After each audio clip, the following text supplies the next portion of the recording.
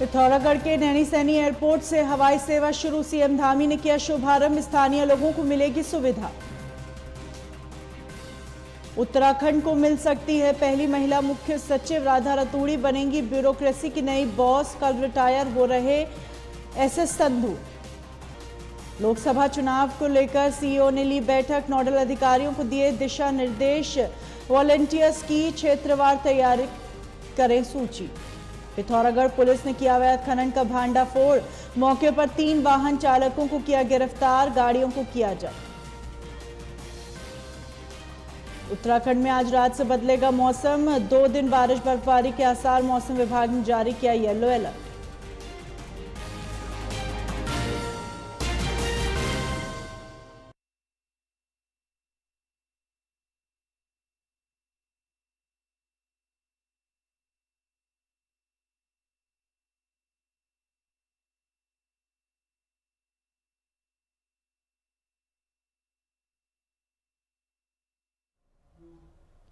नमस्कार, स्वागत है आपका। आप देख रहे हैं उत्तराखंड लाइव। मैं हूं आपके साथ हिना। देहरादून एयरपोर्ट से पिथौरागढ़ के लिए फ्लाइट शुरू हो गई।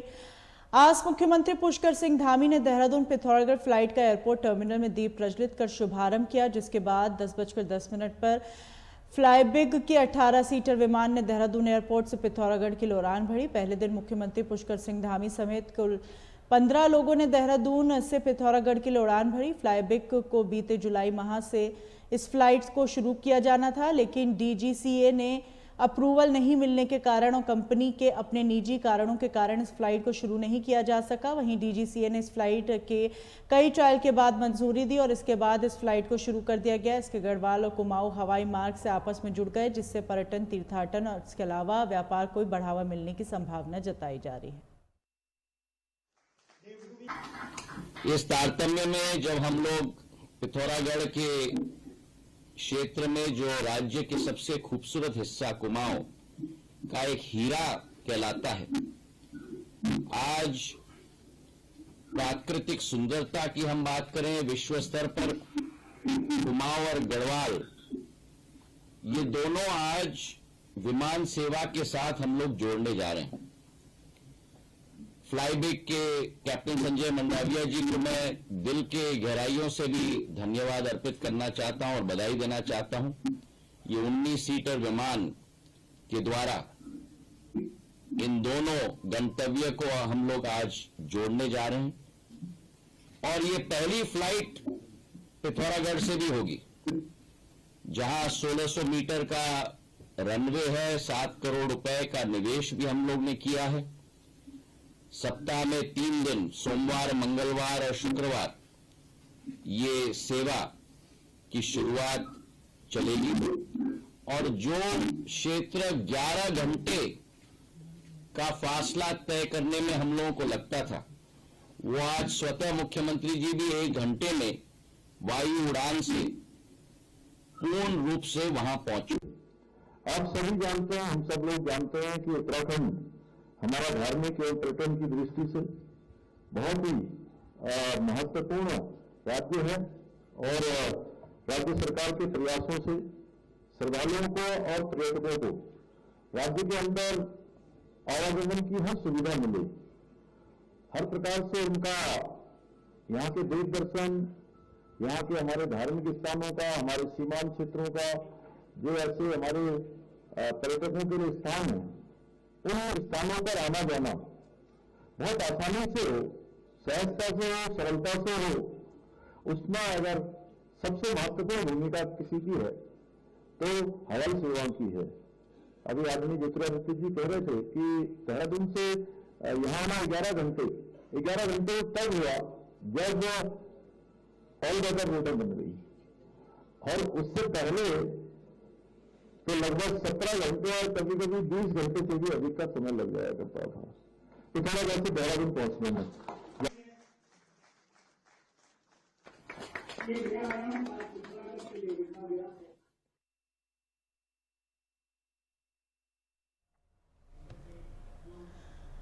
नए साल में उत्तराखंड को नया मुख्य सचिव मिलने वाला है। उत्तराखंड का अगला मुख्य सचिव कौन होगा, इसको लेकर लगभग स्थिति साफ हो गई है। वरिष्ठ आईएएस राधा रतूड़ी का नाम फाइनल बताया जा रहा। आधिकारिक घोषणा के बाद रतूड़ी पहली महिला होंगी जो उत्तराखंड के मुख्य सचिव की कुर्सी संभालेंगी। वर्तमान मुख्य सचिव एसएस संधू कल 31 जनवरी को रिटायर हो रहे हैं। इसके बाद उत्तराखंड को ब्यूरोक्रेसी का नया बॉस मिलेगा। बता दें, एसएस संधू के बाद राधा रतूड़ी उत्तराखंड में सबसे सीनियर आईएएस अधिकारी हैं। इस समय राधा रतूड़ी अपर मुख्य सचिव हैं। राधा रतूड़ी 1988 बैच के आईएएस अधिकारी हैं। उन्होंने प्रदेश में कई महत्वपूर्ण जिम्मेदारियां बखूबी संभाली हैं। महिला एवं सशक्तिकरण विभाग को उन्होंने लंबे समय तक देखा है। महिलाओं के विकास को लेकर विभिन्न योजनाओं के माध्यम से उनकी गंभीरता भी दिखाई दी है। बता दें, आईएएस राधा रतूड़ी के पति आईपीएस अनिल रतूड़ी उत्तराखंड में पुलिस महानिदेशक की जिम्मेदारी से रिटायर हुए हैं। राधा रतूड़ी अपने व्यवहार को लेकर बेहद चर्चाओं में रहती है। राधा रतूड़ी की जीवन शैली बेहद सादगी भरी रही है। मधुर व्यवहार के साथ मिलनसार और साफ छवि वाली राधा रतूड़ी को सरकार ने उनके रिटायरमेंट से कुछ महीने पहले ही जिम्मेदारी को देने का फैसला किया।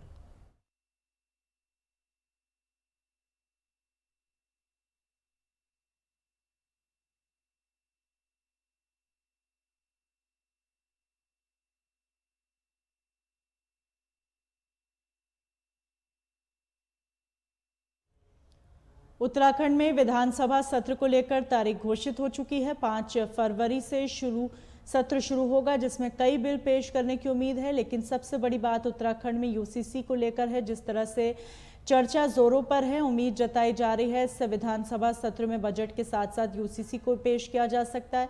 वहीं सबकी नज़र यूसीसी यानी यूनिफॉर्म सिविल कोड पर रहेगी। उधर मंत्री प्रेमचंद अग्रवाल ने कहा उन्हें उम्मीद है कि यूसीसी कमेटी 2 फरवरी को अपनी रिपोर्ट देगी और इसके बाद 6 फरवरी को यूसीसी बिल राज्य विधानसभा में पेश किया जाएगा। देखिए, 5 फरवरी से 8 फरवरी तक विधानसभा का सत्र होता हुआ है और आप जानते हैं हमारे लिए बहुत ही महत्वपूर्ण ये सत्र होने वाला है। मुख्य विषय आप जानते हैं कि जिस प्रकार से यूसीसी के लिए हमने बहुत पहले से सरकार ने बहुत पहले से एक कमेटी बनाई थी, जिसकी रिपोर्ट अब तो हमें बड़ी उम्मीद है कि 2 फरवरी को सरकार को मिल रही है। मैं शुरू से कहता आ रहा था कि जब ये यूसीसी की रिपोर्ट हमें मिलेगी तो जो भी सत्र हमारे सामने होगा उसमें हम व्यापक चर्चा के लिए यूसीसी को लाएंगे।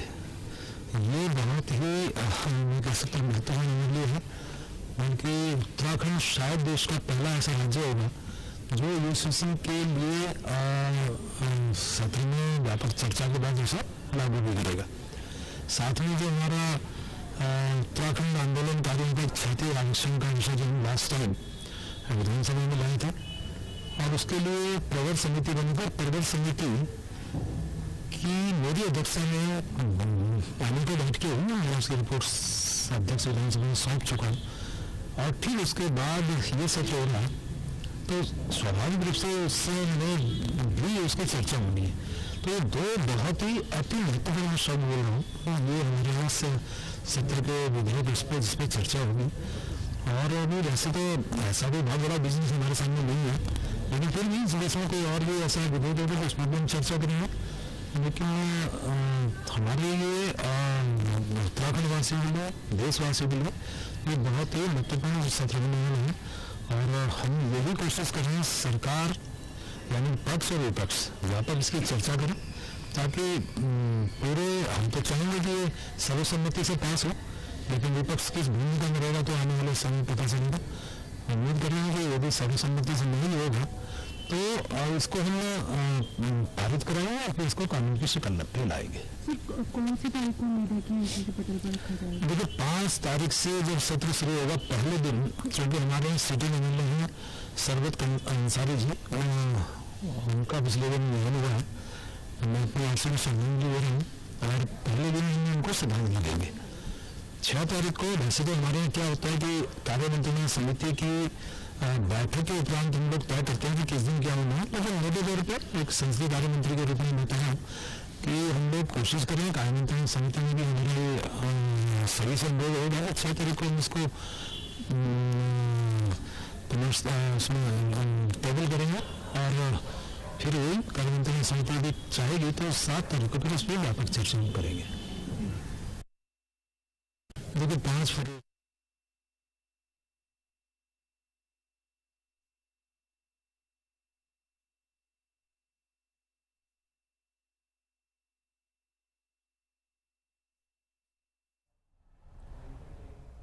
वहीं समान नागरिक संहिता पर कांग्रेस नेता हरीश रावत ने कहा, समान नागरिक संहिता पर विधानसभा का सत्र बुलाकर उसे पारित करवाना ये राज्य सरकार की फिजूल खर्च का बड़ा उदाहरण है। समान नागरिक संहिता का मतलब है यह कानून पूरे देश में लागू हो और यह काम केवल केंद्र सरकार के जरिए हो सकता है। कॉमन सिविल कोड पर विधानसभा का सत्र बुलाकर उसे पारित करवाना ये राज्य सरकार की फिजूल खर्ची का और बड़ा उदाहरण है। कॉमन सिविल कोड का मतलब है जो सारे देश के अंदर, उसका अर्थ ही है जो यूनिफॉर्मली लागू हो, सारे देश के अंदर लागू हो, और ये काम केवल केंद्रीय सरकार के कानून के जरिए हो सकता है। अब उत्तराखंड का जो कानून है, उत्तराखंड की बाउंड्री से बाहर भी लागू नहीं होगा। ये उत्तराखंड को एक टेस्टिंग ग्राउंड बना करके ताकि प्रचारात्मक फायदा लिया जा सके, जो ये प्रयास हो रहा है। लोग इस खेल को समझते हैं। मैं तो पहले दिन से कह रहा हूँ, दीवानी शादी में शादी होनी है केंद्र सरकार के गृह मंत्री जी की, और उसमें अब्दुल्ला साहब दीवाने हो रहे हैं, हमारे धामी जी दीवाने हो रहे हैं, कह रहे हैं हमने यूसीसी बना दिया, ईसीसी बना दिया। तो कॉमन सिविल कोड की जो भावना है, अलग अलग राज्यों में खंड खंड में थोड़ी कानून बनेगा। आप तो बेसिक कंसेप्ट पर हम न कर रहे हैं उसका जो है। उत्तराखंड में महिलाओं को सशक्त और समृद्ध बनाने के लिए सरकार द्वारा तमाम योजनाएं चलाई जा रही हैं, जिसको लेकर नारसन विकासखंड कार्यालय पर लखपति दीदी जिला सम्मेलन का आयोजन किया गया, जिसमें हरिद्वार सांसद डॉक्टर रमेश पोखरियाल निशंक ने शिरकत की, जहां पर उन्होंने केंद्र और राज्य सरकार की योजनाओं की जमकर तारीफ की। उन्होंने कहा कि महिलाओं को आर्थिक रूप से मजबूत और सशक्त बनाने के लिए प्रधानमंत्री नरेंद्र मोदी ने नारी शक्ति के महत्व को समझते हुए इस योजना की शुरुआत की और इस योजना के माध्यम से स्वयं सहायता समूह से जुड़ी देश की महिलाएं आर्थिक रूप से सशक्त होंगी।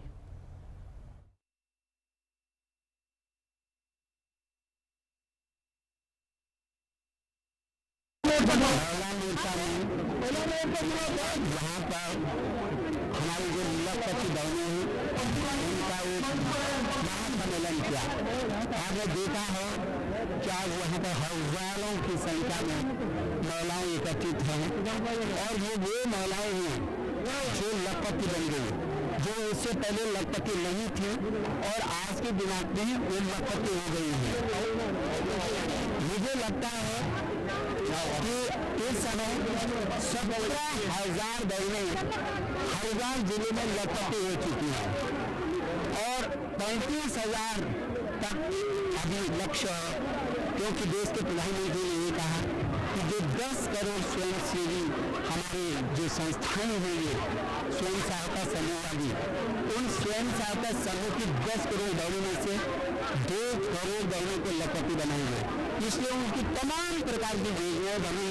मुझे बहुत खुशी है कि हरिद्वार जिला हमारा बहुत तेजी से आगे बढ़ रहा है। हमारे यहाँ 17,000 बहनें लखपति हो चुकी हैं।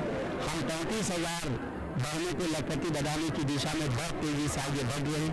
आज भी आपने देखा कि यहाँ लक्ष्मी किट वितरण से लेकर के प्रधानमंत्री आवास की चाबी से लेकर के, और ये नारसन ब्लॉक बहुत तेजी से गतिविधियों को बढ़ा रहा है और पूरा जिला तो कर ही रहा है, लेकिन विशेष करके नारसन ब्लॉक को मैंने देखा वहाँ बहुत तेजी से हमारे प्रमुख बहुत अच्छा काम कर रहे हैं।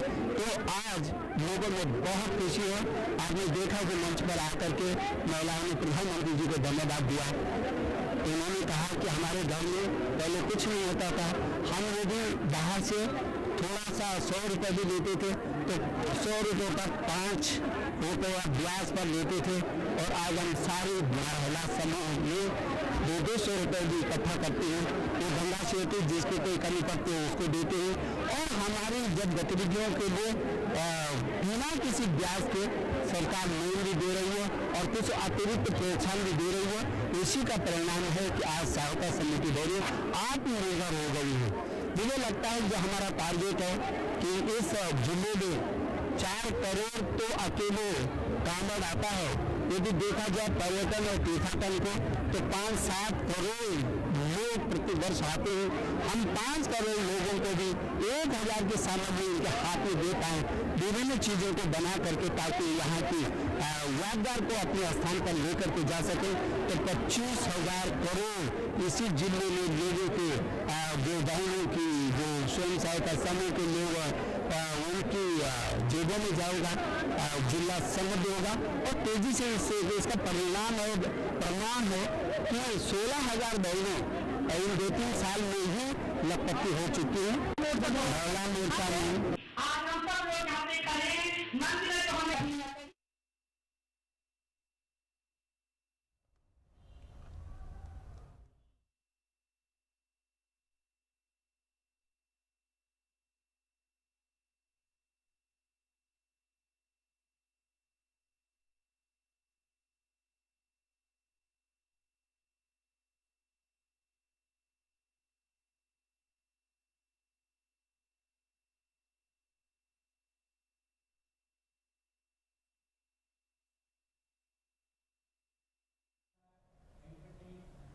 चमोली के भाजपा कार्यालय गवीलो गोपेश्वर में लखपति दीदी जिला सम्मेलन का आयोजन किया गया, जिसमें लोकसभा संयोजक पुष्कर कखला ने शिरकत की, जहां पर उन्होंने कहा कि सरकार की महत्वाकांक्षी योजनाओं से क्षेत्र की जनता को लाभ मिलेगा। इस लखपति दीदी योजना के तहत महिलाओं को 5 लाख का लोन बिना ब्याज के मिल रहा है, जिससे देश की महिलाएं आर्थिक रूप से सशक्त होंगी। वहीं सरकार का लक्ष्य लखपति दीदी योजना के तहत 2025 तक 1.25 लाख महिलाओं को लखपति बनाया जाए। मेरा नाम प्रीति नेगी है और मेरा गांव पतियाना है और मेरे समूह का नाम है माँ गौरा स्वयं सहायता समूह। तो हम लोग सामाजिक कार्यों में जाते रहते हैं, अपने गांव में भी कई सामाजिक कार्यों में भाग लेते रहते हैं। तो सरकार का सबसे पहले बहुत बहुत धन्यवाद। तो उन्होंने हमारे समूह को जो हम लोगों को सहायता दी है, 4 लाख रुपए का जो सीसीएल हम लोगों को दिया है, तो उससे हम अपने समूह में अन्य लोगों की भी मदद करते हैं उससे, कि ताकि हम लोगों को ऋण दे सके और उसमें हमारा जो ब्याज 3% हमको मिलता है। तो इसके लिए समूह का बहुत बहुत धन्यवाद, सरकार का बहुत बहुत धन्यवाद।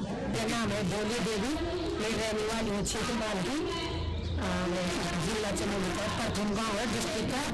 और मेरे रहने के मकान नहीं है, मेरे को प्रधानमंत्री ने मेरे को आवास दिया है मकान बनाने के लिए। अब धन्यवाद मोदी जी आपके लिए, जो आपने हमको रहने का घर बनाया है। धन्यवाद। भारतीय जनता पार्टी जब हम सरकार में नहीं थे तब हम माता बहनों का सम्मान करते थे। जब हमारी सरकार देश में बनी और केंद्र हमारी बहनों की सेवा बनी, तो माननीय प्रधानमंत्री जी ने महिलाओं को केंद्रित सारी योजनाएं, चाहे उज्ज्वला गैस से संबंधित, चाहे उद्योग से संबंधित, चाहे आवास से संबंधित, आवास में हम लोग देखते हैं कि 70% आवास महिलाओं के नाम पर है।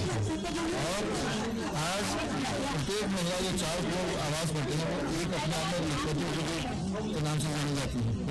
इसलिए हमको कल्पना भी नहीं थी कि हम जिन गरीबों को कल्पना भी नहीं, हम कभी अपना मकान पक्का मकान देख पाएंगे। उसके बाद महिला किनको नाम से मकान में रहेंगे, उनके पास 20,000 तो ये लखपति दीदी जो हम कार्यक्रम कर रहे हैं माता शक्ति द्वारा, महिला मोर्चा द्वारा, तो ये पूरे समाज की महिलाओं का मोदी के प्रति जो भाव प्रदर्शित हो रहा है वो देश के अंदर, अगर महिला मोर्चा ने उसकी आवश्यकता महसूस की तो आगे करते हैं यहाँ पर संगठन बन जाए। केंद्र सरकार द्वारा जो योजना है लखपति जो भी कार्यक्रम हमें चमोली जनपद में संचालित किया जा रहा है। हम लोगों ने जो महिला मोर्चा है उन्होंने ये कार्यक्रम रखा है माननीय प्रधानमंत्री जी को धन्यवाद देने के लिए। हमारे सभी लखपति दीदी यहाँ पे आई हुई है, तो उनकी धन्यवाद और अभिवादन कर रही है माननीय प्रधानमंत्री जी को इस कार्यक्रम के माध्यम से। इसमें कई महिलाओं को आवास मिला है, उन्हें सम्मान मिला है और कई महिला समूह की महिलाएं हैं, देखिए ऋण देकर उनको वो अपने स्वरोजगार को आगे बढ़ा रही है। तो इस कार्यक्रम के माध्यम से हम महिला मोर्चा का जो ये चमोली जनपद का कार्यक्रम है, इसके माध्यम से हम लोग माननीय प्रधानमंत्री जी को धन्यवाद और अभिवादन दें।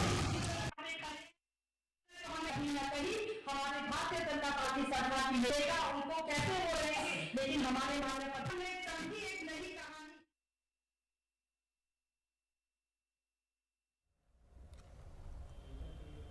उधम सिंह नगर के जसपुर क्षेत्र में व्यापारियों ने वसीम सिद्दीकी का फूल माला पहनाकर जोरदार स्वागत किया। बता दें जसपुर क्षेत्र में व्यापारियों पर कुछ सेकंड संकट मंडरा रहा है, जिसको लेकर व्यापारी काफी लंबे समय से परेशान थे और अपनी इस परेशानी से निजात पाने के लिए दर दर की ठोकरें खाने को मजबूर थे। लेकिन लाख कोशिशों प्रयासों के बाद भी व्यापारियों की परेशानी का सोल्यूशन कुछ नहीं मिल पा रहा, जिसके बाद समाज सेवी वसीम सिद्दीकी ने व्यापारियों के साथ मुलाकात की और आश्वासन दिया कि उनकी परेशानी को दूर करेंगे। वसीम भाई का स्वागत किया गया हर व्यापारियों ने, इसलिए वसीम भाई का स्वागत किया क्योंकि वसीम भाई युवा साथी हैं तो तमाम फल व्यापारी बहुत परेशान थे। 15 सालों से दर की ठोकरें खाते फिर थे। बहुत राजनीतिक लोगों को जोड़े गए, चलो आप हमारी मदद करो, हमारी मदद करो, मगर उन्हें बेचारों को जीरो मिला। मगर अब वसीम भाई ने जो मदद की है फल व्यापारियों की, तो फल व्यापारी चाहते हैं कि हम सब मिलकर फल व्यापारी सब वसीम भाई का स्वागत करने आए और ज्यादातर फल व्यापारी वसीम भाई के साथ हैं। उन्होंने इस संकट में फल व्यापारियों का साथ दिया है, तो सारे ही फल व्यापारी वसीम भाई के साथ हैं और वसीम भाई को फल व्यापारी और जसपुर की तमाम युवा साथी चेयरमैन पद के उम्मीदवार को और चेयरमैन पद पर देखना चाहते हैं। बात यह है कि जसपुर की जो जनता है वो मेरा परिवार है। मेरे परिवार जब दुख में था तो मैं आगे उनके साथ खड़ा रहा और हमेशा उनके साथ ही खड़ा रहूंगा। इसलिए व्यापारियों ने मेरा स्वागत किया और व्यापारियों ने स्वागत किया इस वजह से किया कि मैं जो उनके दुख में जो साथ खड़ा रहा, इसलिए उन्होंने मेरे ऑफिस पर आके मेरा स्वागत किया और मैं बहुत बहुत धन्यवाद देता हूँ अपने व्यापारियों का कि उन्होंने मेरा आकर स्वागत किया। कहीं भी किसी गरीब के साथ अन्याय नहीं होने दूंगा, हमेशा उनके कंधे से कंधा मिलाकर हमेशा उनके साथ खड़ा रहूंगा।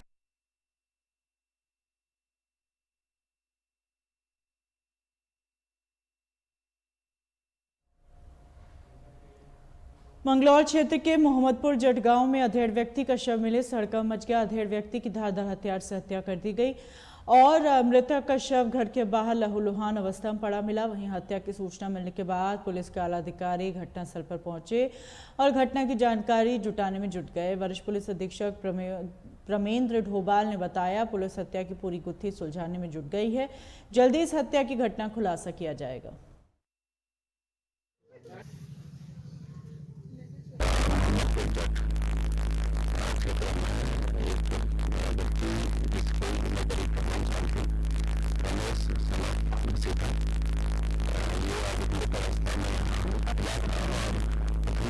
जब हम लोग यहाँ पर पहुंचे तो इसको हथियार से मार के इसके साथ इसकी हत्या की गई है। ये इस चीज पर महत्वपूर्ण स्टेशन में लिया है।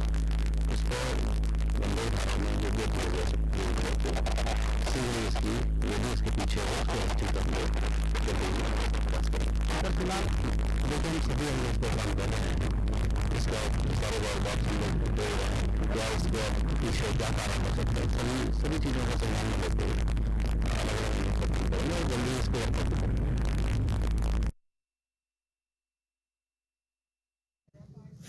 यार अर्जुन विकास को फोन मिलाइएगा।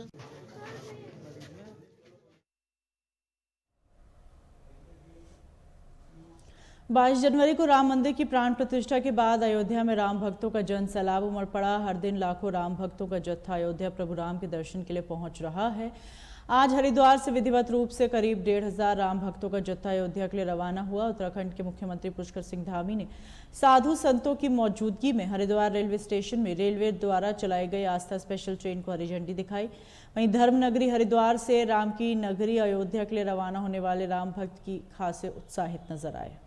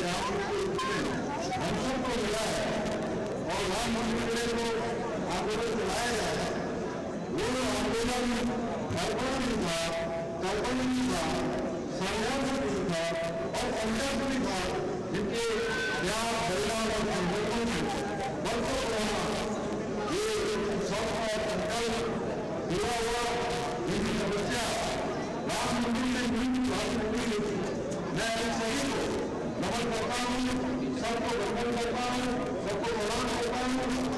भाई बहनों, हमारे प्रधानमंत्री आदरणीय नरेंद्र मोदी जी के नेतृत्व में भारत की भगवान भास्कर के भरोसे में सभी में क्या है, एक सारे में क्या रहता है, क्योंकि अब सदियों का जो इंतजार था वो समाप्त हो गया।